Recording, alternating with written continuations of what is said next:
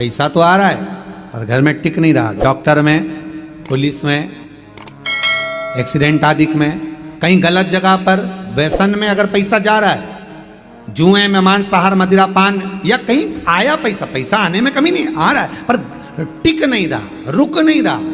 कोई मांगने आ गया, दे दिया, फिर वहां से अपने पास नहीं आ रहा, अपन कह रहे हैं भैया हमारा पैसा लौटा दो, नहीं आ रहा। तो महाराज शिव महापुराण की कथा कहती है, एकादशी के दिन गंगा के जल में मात्र 7 बेलपत्री डालकर जो नंदीश्वर भगवान अर्थात जो शंकर जी के शिवलिंग के सामने नंदी होता है, उस नंदी के चरण पर गंगा का जल चढ़ाकर बेलपत्री शिव पर समर्पित कर देता है, उसके घर में रुपया रुकना चालू हो जाता है। फिर वो गलत जगह पर नहीं जाता, गलत स्थान पर वो धन जाएगा ही नहीं।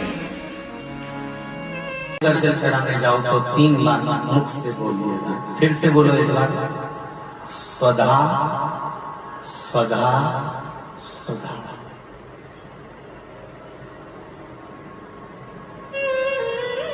ज्यादा पितृदोष हो, ज्यादा तकलीफ चल रही हो, बहुत ज्यादा कष्ट में हो, तो शिव मंदिर में बैठकर या घर के मटका करीटा या पूजन वाली जगह पर बैठकर 12 श्लोक का स्वधा स्तोत्र का पाठ भी कर सकते हैं।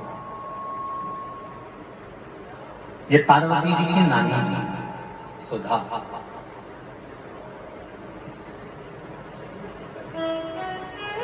जो भगवान शिव का अभिषेक करना, पूजन करना। विष्णु पुराण कहती है, श्रीमद् वल्लभाचार्य जी वर्णन करते हैं, मेरे वल्लभ कहते हैं कि वल्लभ कुल की एकादशी करो, भले बकरी जैसे चरो, पर एकादशी करो। हमारे यहाँ तो शास्त्र कहता है एकादशी का व्रत भी करो तो मुंह उतार के मत करो रे। कोई फूल अगर मुरझा जाता है तो भगवान को नहीं दिया जाता, कोई फल बेकार हो जाता है भगवान को नहीं दिया जाता। तुम्हारे व्रत वाले दिन तुम्हारा मुंह उतरा रहेगा तो भगवान उसको स्वीकार करेगा। इसलिए बकरी जैसे चरो और एकादशी करो। जेब में भर लो मूंगफली का दाना,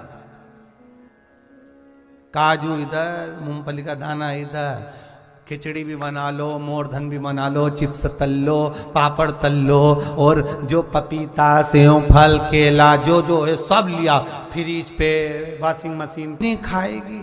सुबह आधा किलो दूध की रबड़ी बना के खा ली। तो पति मन में सोचा फिर भी आवाज नहीं निकल रही, फिर अभी क्या खाएगी? खिचड़ी बनाई है और बादाम तल ली थोड़ी सी, और आधा किलो पपीता रखा था वो कतर लिया, और थोड़ा सा रायता बनाया बादाम का, अच्छा ठीक है, और चिप्स तल ली, और आलू भी तले हैं, ठीक है। फिर शाम को मोरधन की खीर और सेव फल, चीकू और आगरे का पेठा और राजगिरा की पूड़ी, ठीक है। फिर रात को अभी आधा किलो दूध मंगवाई, थैली गरम करके उसमें थोड़ी सी ड्राई फ्रूट्स डाल के, मखाना पीस के उसकी खीर बना लो। बस केवल खीर नहीं, पपीता रखा है। पति भी बोला तेरे जैसा व्रत तो दुनिया में कोई नहीं। दंडवत है ऐसी एकादशी माता को जो इतनी जोरदार एकादशी करी है। फिर पूछा किसने बताई? सियोर वाला महाराज, याद रहे। फिर तो पति भी बोला खूब चरो एकादशी को, कौन मना करेगा, प्रेम से करो। भगवान शिव उस वट वृक्ष के नीचे जाकर विराजमान हुए। शंकर जी का नाम वटकेश्वर महादेव पड़ा। क्या नाम हो गया? जम के बोलिए, वटकेश्वर महादेव। फिर से बोलो, वटकेश्वर महादेव। एक बात याद रखना, अगर हमारे व्यापार नहीं चल रहा हो, दुकान धंधा पानी नहीं चल रहा हो, दुकान पर 24 घंटे बैठो तो व्यापार नहीं होता, घर में लक्ष्मी नहीं टिक रही हो, पैसा नहीं आ रहा हो, तो बड़ के पेड़ के नीचे पीपल के पत्ते के ऊपर बड़ के पेड़ के नीचे की मिट्टी को गीला कर कर पीपल के पान पर, पीपल के पत्ते पर एक शंकर जी के शिवलिंग का निर्माण करो। क्या बनाना है? शंकर भगवान का शिवलिंग। शिवलिंग बनाकर उसकी बटकेश्वर महादेव के नाम से पूजन करो। 7 बार कच्चा दही चढ़ा दीजिए। उस दही को थोड़ा सा चम्मच में उठा लीजिए। उस दही को लाकर जहां तुम्हारा व्यापार है, जहां तुम कमाने के लिए बैठते हो, दुकान पर बैठते हो, उस दुकान पर उस दही से स्वस्तिक बना दीजिए। और इस पीपल के पत्ते पर जो बटकेश्वर महादेव का तुमने निर्माण करा है, इसको ले जाकर विसर्जन कर दीजिए। आपकी दुकान 3 महीने के अंदर धड़ाके से चलना प्रारंभ हो जाएगी महाराज। लक्ष्मी की कभी कमी नहीं आएगी। यह बटकेश्वर महादेव का पूजन है। कौन से महादेव है? जम के बोलिए, बटकेश्वर, शिव की आराधना। भगवान शंकर बटकेश्वर के रूप में विराजमान।